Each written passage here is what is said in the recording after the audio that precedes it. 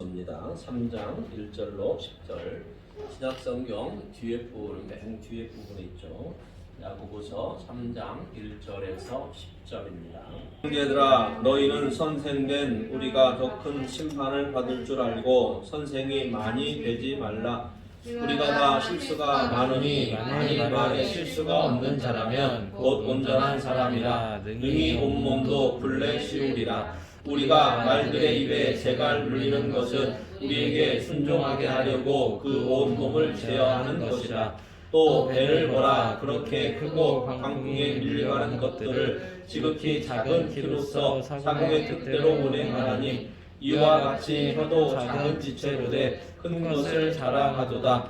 보라, 얼마나 작은 불이 얼마나 많은 나무를 태우는가. 혀는 곧 불이요 불의 세계라. 혀는 우리 지체 중에서 온몸을 더럽히고 삶의 수레바퀴를 불사르나니 늘 사는 것이 지옥 불에서 나느니라. 여러 종류의 짐승과 새와 벌레와 바다의 생물은 다 사람이 길들일 수 있고 길들여 왔거니와, 혀는 능히 길들일 사람이 없나니 쉬지 아니하는 악이요 죽이는 독이 가득한 것이라. 이것으로 우리가 주 아버지를 찬송하고 또 이것으로 하나님의 형상대로 지음을 받은 사람을 저주하나니, 한 입에서 찬송과 저주가 나오는도다. 내 형제들아, 이것이 마땅하지 아니하니라. 아멘. 오늘 찬송한 곡 그리고 말씀을 보도록 합니다. 나의 힘이 되신 여호와여. 여러분 찬송 부르면서 하나님의 힘 되심을 체험하시기 바랍니다.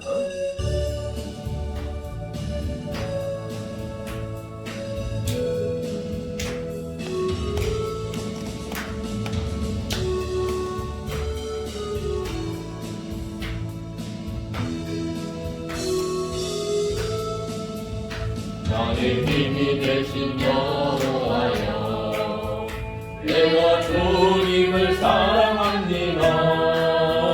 주는 나의 반석이시며 나의 요새시라. 주는 나를 건지시는 나의 주, 나의 하나님, 나의 피할 나이시요 나의 방 되시라. 나의 하나님, 나의 하나님, 영원의 보이시요 나의 산성이야. 나의 하나님, 나의 하나님, 그는 나의 여호와, 나의 구세주, 나의 하나님, 나의 하나님, 그는 나의 여호와, 나의 구세주, 나의 생명 되신 여호와여. 내가 주님을 찬양합니다. 주는 나의 사랑이시며 나의 의지시라. 주는 나를 이끄시며 주의 길 인도하시며 나의 생의 목자 되시니 내가 따릅니다. 나의 하나님, 나의 하나님, 생명의 혈류관으로 내게 세워소서.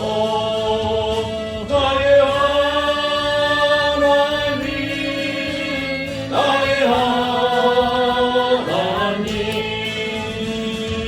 그는 나의 여호와, 나의 구세주, 나의 하나님,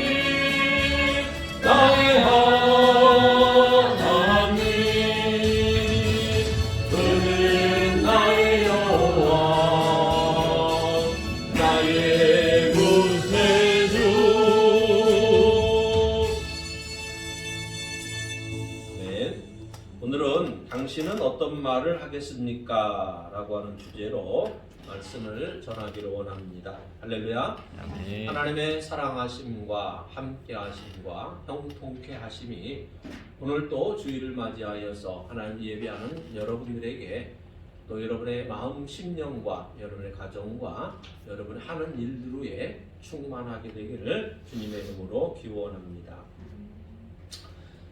선생님들은 제자들에게 학식의 지식이나 또 사회생활에서 필요한 이러한 지혜들을 말을 통해서 전달을 합니다.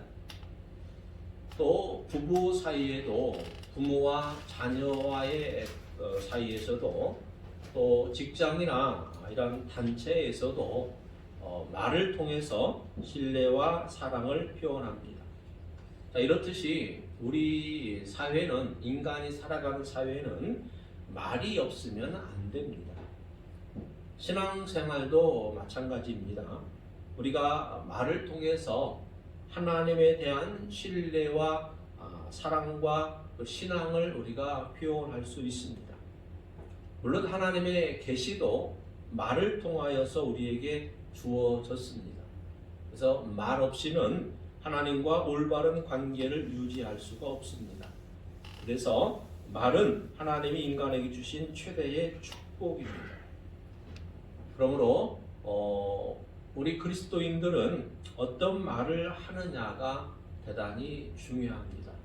어떤 말을 하느냐에 따라서 우리는 우리의 인격을 볼 수가 있고 또 신앙의 성숙함을 우리가 바라볼 수 있다라고 하는 것입니다. 우리 인간 사회에서 말이 그토록 중요한 것은 많은 사람들이 말에 의해서 만들어지고 또 그 사람의 말하는 걸 보고 그의 인격을 알 수 있고 또 신앙과 그의 생각과 사상들을 우리가 엿볼 수 있기 때문에 그렇습니다. 그래서 어린아이가 태어나면 말을 잘 가르치잖아요. 그렇죠? 아이에게 말을 함부로 하는 부모는 없잖아요. 말을 함부로 하지 않고 아이가 그 예쁜 마음에 말이 잘 자리 잡을 수 있도록 예쁘고 고운 말들, 아름다운 말들을 부모가 자녀들에게 해주는 것입니다. 알베르트 아인슈타인 교수에게 한 학생이 이렇게 질문을 합니다. 교수님같이 위대한 과학자가 될 수 있는 비결이 무엇입니까? 라고 이렇게 질문을 하니까 아인슈타인 교수가 입을 적게 움직이고 머리를 많이 움직이게 라고 대답을 합니다. 자신의 일에 골몰하는 사람은 말을 많이 하지 않는다라는 거죠. 일에 골몰하지 않는 사람들의 눈에는 타인들의 흠이 보이고 타인들의 약점만 보이고 그래서 타인들을 향해서 비난하고 독선을 퍼붓게 되는 것이죠. 사람이 태어나서 말을 배우는데 몇 년이 걸린다고 아십니까? 2년이 걸린다라고 그래요. 근데 침묵을 배우기 위해서는 몇 년이 걸린 줄 아세요? 침묵을 배우기 위해서는 60년이 걸린다라고 합니다. 그래서 지혜로운 사람은 2번 생각하고 말한다 라고 할 정도인데 여러분 생각해 보세요. 지금까지 살아오면서 2번 생각하고 말하고 나서 실수한 적 있나요? 아니죠? 한 번도 생각 안 하고 말하니까 뭐가 먼저 나와요? 말보다 행동이 먼저 나와서 실수하게 되는 거잖아요. 한 번도 생각 안 하고 말하니까 상대방에게 상처를 주는 거고 그로 인해서 자신도 상처를 받는 거고 그래서 말은 생각을 말하기 전에 반드시 2번 정도 생각하라. 한 3초 정도 생각을 하지라 라고 하면 좋겠다라고 하는 거예요. 이 설교를 준비하면서 성경에서 말을 잘못해서 그래서 결과가 처참한 사람이 누구인가를 이렇게 찾았다가 한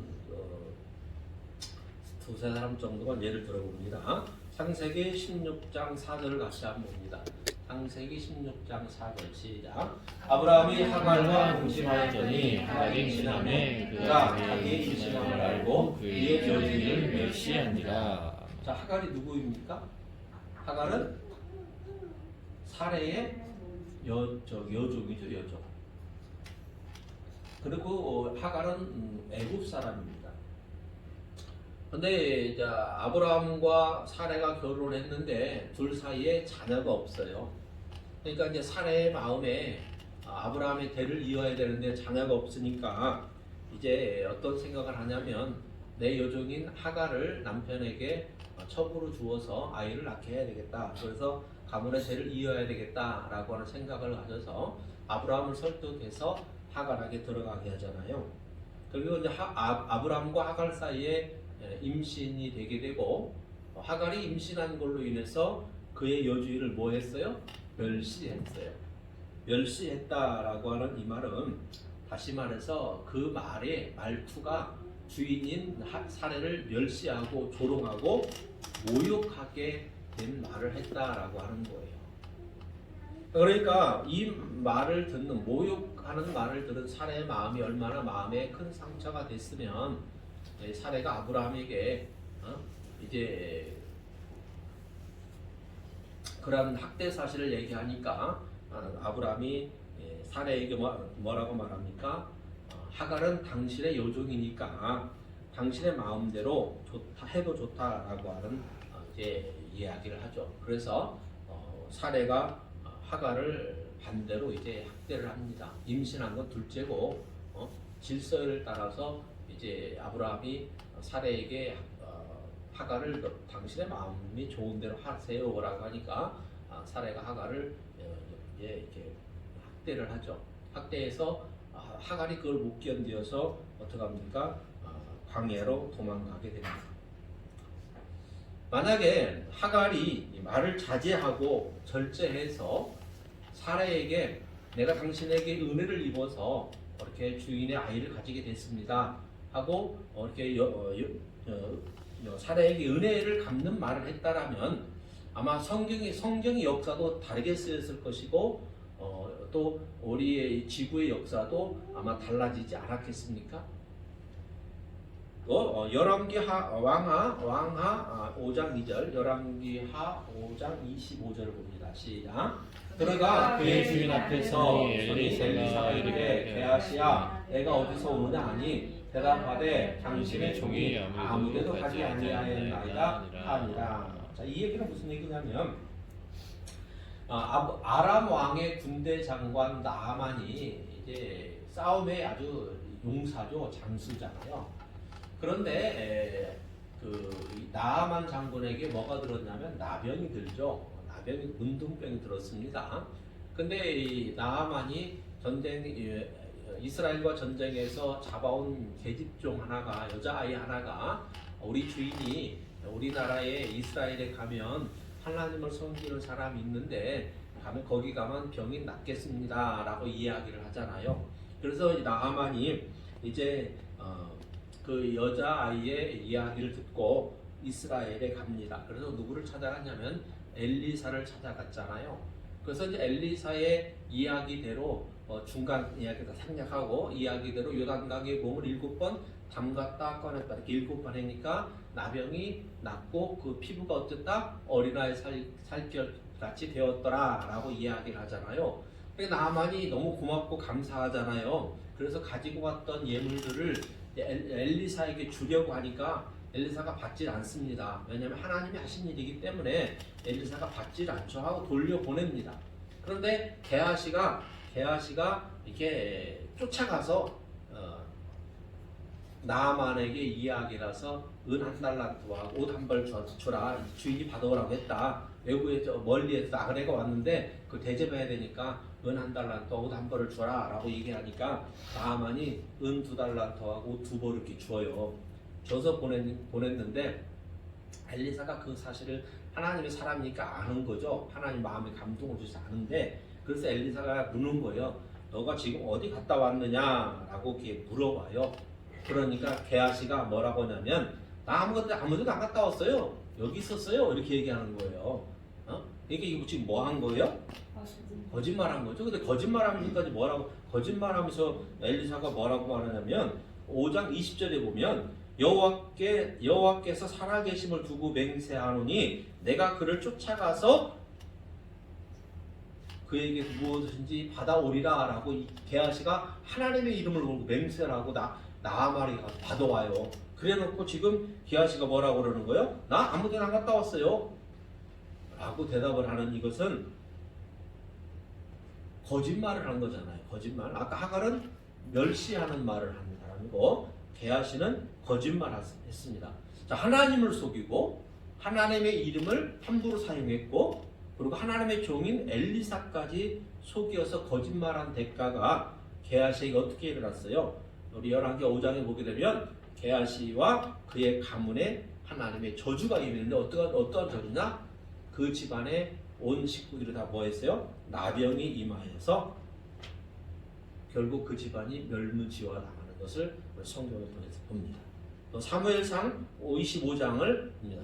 사무엘상 25장 14절 시작. 하인들 가운데 하나가 나발의 아내 아비가일에게 말하여 이르되 다윗이 우리 주인에게 문안하러 광야에서 전령들을 보냈거늘 주인이 그들을 모욕하였나이다. 자, 이 말은 무슨 얘기냐면 다윗이 사울왕을 피해서 다윗을 따르는 이렇게 소년들, 그렇죠? 뭐 소년들이니까 한두 명이 아니라 그것도 몇십 명 되는 얘기. 다윗의 친위대와 함께 이렇게 도망 다니는 이러한 상황 가운데에서 다윗이 나발의 들판에 있는 나발의 양과 짐승들을 다윗이 이렇게 지켜주게 되는 계기가 있었어요. 그리고 그것뿐만 아니라 광야니까 그 양들을 도둑질해 가고 또 이렇게 하는 사람들이 있는데 이방인들이 있는데 그것도 다윗의 일행들이 지켜준 거죠. 그래서 다윗이 이제 어느 날 먹을 양식 때문에 몇 명의 소년을 나발의 집에 보냅니다. 우리가 당신의 가축들을 이렇게 보호해 주었으니까 그 대가를 달라는 건 아니고 우리가 지금 먹을 양식이 없으니까 이렇게 우리에게 조금만 식량 좀 도와달라고 다윗이 사람을 통해서 이렇게 보냅니다. 그런데 이 나발이 뭐라고 말을 하냐면 소년들이 그랬을 거 아니에요. 우리 주 다윗이 보냈습니다. 이새의 아들 다윗이 보냈습니다. 우리에게 조금만 식량을 나눠 주세요라고 이렇게 말을 하니까 나발이 뭐라고 말하냐면 이새의 아들이 누군데 이새의 아들 몰라 이렇게 얘기하면서 뭐합니까? 다윗을 무시하고 조롱하고 모욕하는 말을 하는 거예요. 여러분 이스라엘에서 다윗을 모르면 뭐다? 간첩인 거죠. 왜? 다윗이 누구와 싸워서 이겼어요? 골리앗과 싸워서 이겼어요. 그것도 목동의 신분으로 소년의 신분으로 골리앗과 싸워서 이긴 다윗을 전 국민이 다 아는데 다윗은 이새의 아들인 것을 다 아는데 지금 나발은 나 이새의 아들이 누군지 모른다? 나발이 이새의 아들이 누구냐? 다윗이 누구냐? 이렇게 얘기하면서 다윗을 완전히 무시하고 조롱하는 말을 다윗이 보낸 사람들에게 하는 거예요. 그래서 그 결과 어떻게 했습니까? 뭐 이제 성경을 읽어보면 여러분 아시겠지만 하나님이 나발을 치심으로 나발이 어떻게 했어요? 온몸이 돌처럼 굳는 병에 걸려서 죽은 거죠. 그렇죠? 지금 말을 잘못해서 저주의 말을 함으로 사람의 인격을 모두 가는 말을 함으로 상처를 주는 말을 함으로 자신도 가문도 이렇게 멸문지화 당하는 이런 예를 우리가 두세 개만 여러분들에게 지금 전해드렸습니다. 또 이제 말을 잘해서 복을 받은 사람들의 이야기를 또 해볼게요. 자, 사무엘상 25장에 보면 이제 나발의 아내 아비가일 이야기가 나옵니다. 자, 같이 읽습니다. 시작. 아비가일이 다윗을 보고 급히 다윗에서 내려 다윗 앞에 엎드려 그의 얼굴을 땅에 대니라. 내 주여 여호와께서 살아계심을 두고 맹세하노니 내 주도 살아계시거니와 내 주의 손으로 피를 흘려 친히 보호하시는 일을 여호와께서 받으셨으니 주의 여종의 허물을 용서하여 주옵소서. 여호와께서 반드시 내 주를 위하여 든든한 집을 세우시니 이는 내 주께서 여호와의 싸움을 싸우시며 내 주의 일생에 내 주에게서 악한 일을 찾을 수 없으리이다. 아비가일이 나발이 다윗이 보낸 사람들을 모욕해서 보냈다라고 하는 말을 종들에게 듣고서 나발 몰래 지금 어디로 가고 있냐면 나발 몰래 식량을 싣고 지금 다윗이 진영으로 가고 있는 중이에요. 가고 있는 중에 다윗이 군사 400명을 데리고 나발을 죽이기 위해서 지금 오는 거예요. 다윗을 모욕한 이스라엘의 하나님을 모욕한 나발을 죽이기 위해서 다윗이 군사 400명을 데리고 나발의 집으로 오고 있는 중에 아비가일이 중간에서 다윗을 만난 거예요. 그래서 만나서 아비가일이 다윗 앞에 납작 엎드려서 기도하는 거죠. 얘기하는 거죠. 내 남편은 악한 사람입니다. 내 남편 허물을 용서해 주십시오. 내가 그 일을 알지 못했습니다. 내가 알았다면 그렇게 대접하지 않았을 겁니다 하고 용서를 구하면서 다윗에게 뭐라고 말하냐면 다윗을 내 주여라고 표현을 합니다. 당신은 내 주인이 내 주가 되십니다. 그러면서 하나님께서 당신을 이렇게 작은 일에 피를 흘리는 일에 보복하도록 하나님이 막으십니다. 그러니까 당신의 칼에 피를 묻히지 마시고 하나님께서 내 주를 위하여 다윗 당신을 위해 든든한 집을 세울 것입니다 하면서 이렇게 다윗에게 자신의 잘못을 용서를 구하면서 다윗을 축복하는 말을 하는 거죠. 이렇게 하는 겁니다. 그래서 이 아비가일의 이러한 행동으로 이제 다윗에 와서 나발의 집을 치면 한순간에 멸문지와 당할 그러한 위기에서 아비가일은 그 남편의 생명을 잠시는 지켜줍니다. 물론 하나님이 나발을 쳐서 나발이 온몸이 굳어 죽긴 했지만 아비가일이 그를 이렇게 지키고 다윗을 향해서 피를 묻히지 마십시오라고 이렇게 얘기하죠. 여러분 아비가일은 남편 나발과는 정반대되는 성격이었습니다. 그래서 나발의 교만하고 오만한 행동을 용서를 구했습니다. 그래서 이 아비가일은 성경에서 보게 되면 겸손하고 유순한 성품의 현숙한 여인으로 등장을 하게 되는 것이죠. 그래서 아비가일은 말을 잘해서 이렇게 그 생명을 다윗에게 죽임을 당하지 않았을 뿐만 아니라 오히려 나중에 다윗의 아내가 되는 이러한 또 영광을 얻게 되는 것을 우리 성경을 통해서 봅니다. 또 한 예를 보겠습니다. 마태복음 16장 17절 이하 시작. 예수께서 대답하여 이르시되 바요나 시몬아 내가 복이 있도다. 이를 내게 알게 하는 혈육이 아니요 하늘에 계신 내 아버지시니라. 또 내가 내게 이르노니 너는 베드로라. 내가 이 반석 위에 내 교회를 세우리니 음부의 권세가 이기지 못하리라. 내가 천국 열쇠를 너에게 주리니 내가 땅에서 무엇이든지 내면 하늘에서도 낼 것이요 내가 땅에서 무엇이든지 풀면 하늘에서도 풀리리라 하시고. 아멘. 여러분 베드로는 어떤 말을 했습니까? 주는 그리스도시요 살아계신 하나님의 아들이십니다 라고 하는 신앙 고백의 말을 했어요. 이 신앙 고백의 말을 하고 나서 예수님이 어떤 복을 주었습니까?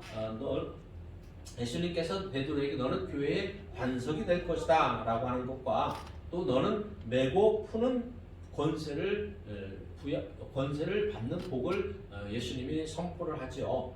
여러분 우리가 하는 말들 중에서 하나님을 신앙하는 고백은 아마 최고 수준의 수준 높은 말이라고 저는 생각을 합니다. 신앙의 말은 최고 수준 높은 말이다 라고 하는 것이죠. 자, 또 하나 신앙의 말을 봅시다. 누가복음 19장 8절 9절 시작. 삭개오가 서서 주께 여짜오되 주여 보시옵소서 내 절반 소유의 절반을 다른 사람들에게 주게 싸우며 만일 누구의 것을 속여 빼앗은 일이 있으면 내 갑절이나 갚겠나이다. 예수께서 이르시되 오늘 구원이 이 집에 이르렀으니 이 사람도 아브라함의 자손이로다. 아멘. 여러분 삭개오의 직업은 뭐였습니까? 세리장이었어요. 세리장. 세리장이 당시에 세리장이 하는 일은 세금을 걷는 일인데 삭개오는 성품이 예수님 만나기 전에는 성품이 좀 못돼서 유대 사람들에게 같은 민족의 사람들에게 세금을 거두어서 로마에 바친 일을 했는데 세금을 거둘 때 착취하는 일을 했어요. 그러니까 거두어야 할 세금보다 더 많이 거두고 가난한 사람들에게는 빼앗다시피 하고 그래서 많은 세금을 이렇게 걷어서 큰 부자가 되었던 세리장 삭개오가 예수님을 영접하고 나서 어떻게 합니까? 그의 말이 바뀌고 그의 행동이 바뀝니다. 그래서 말과 행동이 바뀌는 이러한 사실들을 보고 예수님은 뭐라고 선포합니까? 오늘 이 집에 구원이 이르렀다. 삭개오도 아브라함의 자손이다 라고 하는 축복의 말을 예수님이 선포합니다. 여러분 우리가 지금 몇 사람의 예를 보았듯이 말에는 뭐가 있어요? 말에는 힘이 있어요. 우리가 하는 말에는 힘이 있습니다. 어떤 힘인가라고 하면 어떤 학자는 이렇게 얘기했습니다. 인간의 뇌세포의 98%는 말의 지배를 받는다라고 얘기했어요. 그래서 자기가 이렇게 말하는 사람은 자기도 모르게 그 뇌세포에 내가 한 말이 각인이 되는 거예요. 그러니까 말에는 뭐가 있어요? 각인되는 힘이 있어요. 각인력이 있는데 이렇게 되풀이되는 말을 이렇게 하니까 머리에 우리 뇌에 그 말이 각인이 되고 각인된 말은 내 행동에 무의식적으로 드러나게 되는 거예요.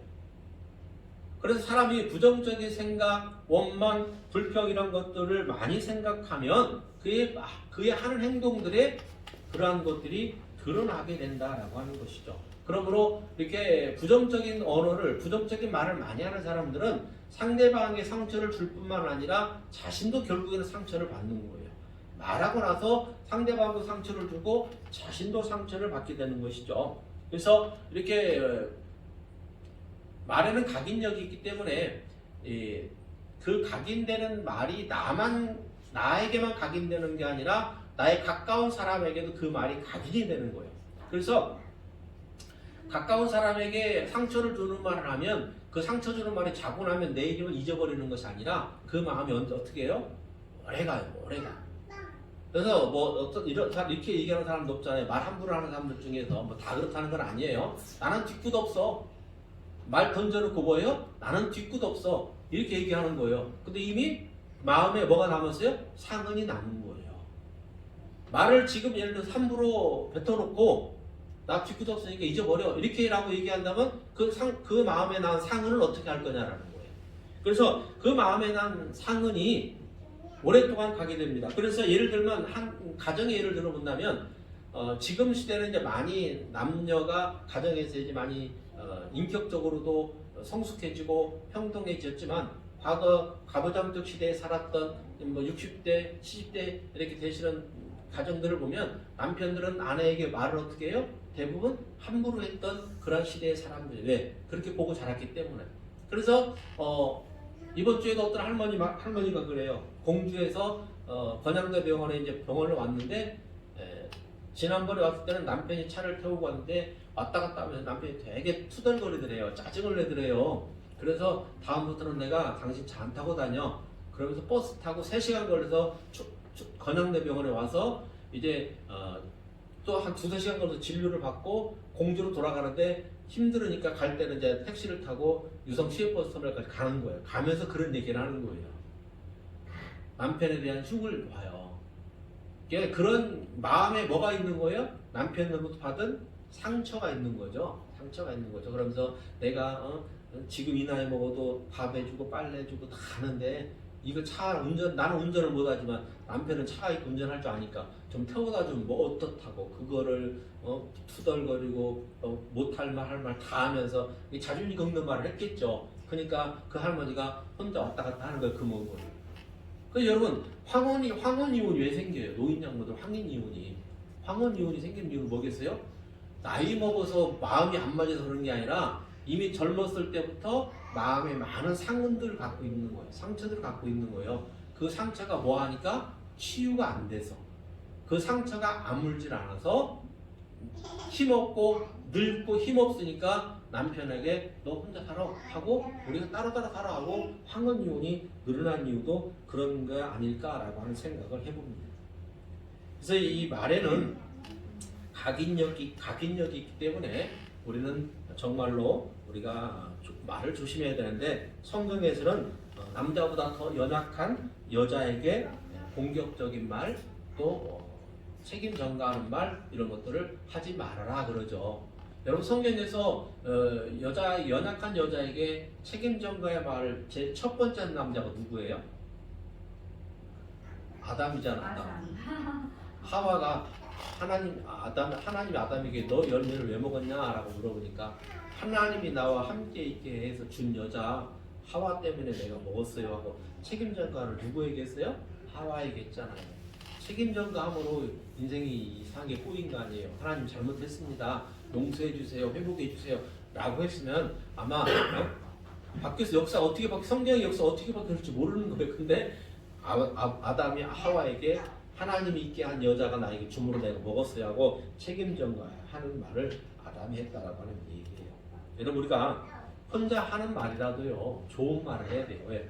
그 내가 하는 말 어디에 새겨지는 거예요? 내 뇌에 새겨지기 때문에 내가 혼자 하는 말이라도 좋은 말만 해야 되고 또 나를 칭찬하는 말, 나를 축복하는 말들을 여러분 많이 해주시기 바랍니다. 사람들 간혹 그런 물론 저도 그럴 때 솔직히 있어요. 아무도 없을 때 혼자 있을 때 상대방 욕할 때도 있어요. 솔직히 그러고 나서 솔직히 회개합니다. 하나님 내가 또 하나님 말씀 따라 축복해야 되는데 내가 사람을 욕하고 저주했네요. 하나님 회개합니다 하고 그 자리에 차를 세우고 이렇게 하나님께 회개 기도할 때도 있었어요. 그러면 내 말에서 내가 뱉는 말이 나하고 상관이 없으면 사람들은 함부로 말하겠죠. 근데 내가 뱉는 말이 누구에게 가장 먼저 뭐냐면 내 머리에 먼저 새겨진다라고 하는, 내 뇌에 먼저 각인이 된다라고 하는 거예요. 그러므로 여러분 우리는 혼자 있어도 좋은 말, 칭찬의 말, 축복의 말을 해야 되는 거고 상대방과 같이 있을 때는 우리가 정말로 두 번 생각하고 이렇게 말해줄 수 있는 이러한 여유가 저와 여러분들이 있어야 되지 않을까라고 하는 것입니다. 그 다음에 말은 행동한 대로 옮기게 하는 견인력이 있어요. 견인 뭔지 알죠? 차가 오잖아. 앞에서 뭐가 끌고 가요? 견인차가 끌고 가잖아요. 그래서 우리가 말을 하면 그 말이 뇌에 박히고 그 뇌에 박힌 말은 우리 신경을 지배해서 행동으로 옮겨지게 하는 이런 견인력이 있습니다. 그래서 우리는 말할 때 어떻게 얘기하죠? 언행일치해야 된다라고 하는 거잖아요. 말이 먼저 나오고 행동하게 해야 되는데 말과 행동이 같아야 된다라는 말을 하지 않습니까? 항상 우리는 이 말의 견인력이 있기 때문에 안 된다, 죽겠다, 망했다, 틀렸다 이런 말들을 하지 않기를 바랍니다. 부정적인 말을 하면 부정적으로 끌려갈 수밖에 없다라고 하는 것입니다. 그 다음에 말에는 성취력이 있어. 성취력. 너는 얼마 전에 몇 달 전에 본 영화 중에 I Can Speak라고 하는 영화가 있어요. I Can Speak. 이게 무슨 내용이냐면 이제 이용수 할머니와 김군자 할머니가, 김군자 할머니는 돌아가셨지만 이 두 할머니가 미국 의회에 가서 위안부에 대한 생생한 증언을 한 것을 이렇게 그 바탕으로 해서 만든 영화입니다. I Can Speak. 나는 말할 수 있어 이거잖아요. 그래서 그분들이 그동안의 삶을 부끄럽게 여기고 이렇게 어디 내세우지 못하고 자기 인생을 숨기고 살았던 이 위안부로 살았던 그분들이 이제 그의 삶을 낱낱이 이렇게 떨쳐내기 위해서 용기를 내어서 미국 의회 앞에 서게 되잖아요. 물론 아직도 그 문제가 우리나라에서 해결이 안 되고 있지만 그래서 여러분 이 말에는 성취력이 있기 때문에 우리가 할 수 있다, 하면 된다라고 하는 긍정적인 말을 하면서 우리가 앞으로 나아가야 된다라고 하는 것입니다.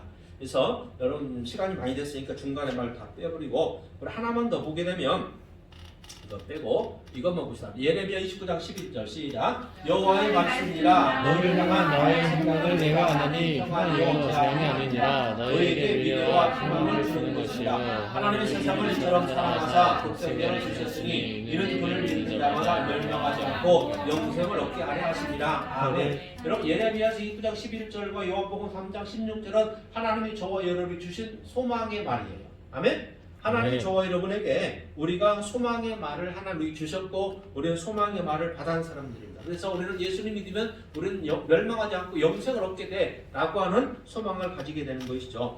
여러분 세상 속에서 절망 속에서 살아가고 있는 저와 여러분들에게 하나님은 우리에게 소망의 말을 주셔서 우리에게 하나님 잊지 아니하도록 소망을 잊지 아니하도록 해주셨습니다. 우리는 이 소망의 말을 받은 사람들로서 이웃들에게도 소망의 말을 우리는 전해 주어야 된다라고 하는 것이죠. 그래서 오늘 이제 본문으로 볼게요. 시간이 많이 가서 다 빼고 본문으로 보면 야고보서 3장 3장 3절을 봅니다. 시작. 우리가 말들의 입에 재갈을 물리는 것은 우리에게 순종하게 하려고 그 온몸을 제어하는 것이다. 자, 말의 중요성을 강조해서 야고보가 오늘 읽은 본문에 세 가지를 비유를 들었어요. 말이 이토록 중요한 거야 라고 하면서 세 가지 비유를 들었는데 그 첫 번째가 뭐냐면 말들의 입에 뭐를 물린다? 재갈을 물린다 라고 하는 거예요.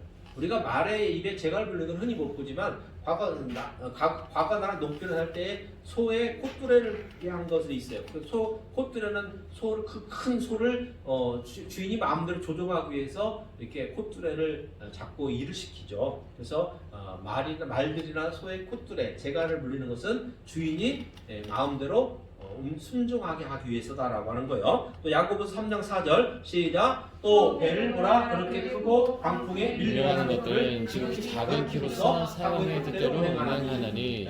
여러분 바다에서 운행하는 그 몇만 톤 되는 큰 배, 물론 작은 배도 마찬가지지만 그 큰 배의 방향을 움직이는 것은 뭡니까? 뒤에서 거인이 있어서 배를 트는 게 아니라 아주 작은 자동차 핸들과 같은 그런 작은 키를 가지고 배 방향을 잡으면서 광풍을 뚫고 나가는 역할을 한다라고 하는 것이죠. 그래서 큰 배를 운항을 바로잡는 것은 바로 이 키의 역할이다라고 하는 거예요. 다음에 3장 5절 시작. 이와 같이 혀도 작은 것이로되 큰 것을 자랑하도다. 그러나 얼마나 작은 물이 얼마나 많은 나무를 태우는가. 혀가 작은데 큰 것을 자랑한대요. 이게 무슨 얘기냐면 우리에게 큰 걸 자랑하라는 얘기라 혀의 위력이 그만큼 크다라고 하는 거예요. 여러분 요즘에 불이 나면 아주 크게 불이 나잖아요. 근데 큰 불이 맨 처음부터 크게 나는 거 아니잖아요. 작은 불씨가 엄청난 큰 산을 태우고 엄청난 큰 건물을 태우는 거잖아요. 그러니까 바로 혀가 작은데 큰 것을 자랑한다라고 하는 것은 엄청난 위력이 있다라고 하는 것을 이야기합니다. 자, 우리가 무심하게 혹은 무심코 한 말이 나는 물론이고 이웃들에게까지 피해를 줄 수 있다는 사실을 우리는 분명히 기억을 해야 돼요. 그래서 말을 야고보는 배의 키에 비유를 했고 또 말들의 입에 물리는 재갈에 비유를 했고 또 큰 불을 태우는 작은 불에다가 야고보는 혀에 비유를 했습니다. 그래서 이 말은 우리가 여러분 생각해 보세요. 불이라고 하는 것은 세심하게 관리하면 우리에게 유익을 주는 거잖아요. 그렇죠? 근데 불을 관리 못하면 다 태워 없애버리는 이렇게 무서운 것입니다. 자, 여러분 마지막 3장 2절 한번 봅니다. 시작. 우리가 다 실수가 많으니 만일 말에 실수가 없는 사람은 더 온전한 사람이라. 여러분 말에 실수가 없는 사람이 돼야 돼요. 말에 실수가 없는 사람이 되기 위해서 여러분 말을 잘하면 생활이 즐겁습니다. 말이 잘하면 내 생활이 기쁜 겁니다. 행복한 겁니다. 그래서 우리가 말을 잘하면 신앙생활도 잘할 수 있습니다. 우리가 하는 말 한마디 한마디가 신앙과 믿음의 말 그리고 주님을 사랑하는 사랑의 말이 담겨 있기를 바랍니다. 우리가 말로 사람을 살리고 세우고 그리고 하나님을 찬양하는 일에 여러분들이 쓰이는데 여러분은 오늘부터 축복의 말, 칭찬의 말, 신앙의 말, 사람을 살리는 말 이런 것들을 해서 하나님이 여러분들과 함께 하셔서 여러분들이 축복의 자리에 서 있게 되는 그런 은혜가 있게 되기를 주님의 이름으로 축원합니다. 아멘. 기도합니다. 하나님 아버지 감사합니다. 오늘도 귀한 시간 함께 하셨습니다. 우리에게 은혜 주신 하나님 정말 우리가 이 땅에 살아가는 동안에 한마디 한마디 말을 신중하게 고려하면서 하나님이 기뻐하는 말들을 하게 하여서 사람을 세우고 살리고 하나님을 찬양하고 축복하는 말들만 하는 사랑하는 우리 모든 심령들 되게 하여 주시옵소서. 감사하며 예수님의 이름으로 기도드렸사옵나이다. 아멘.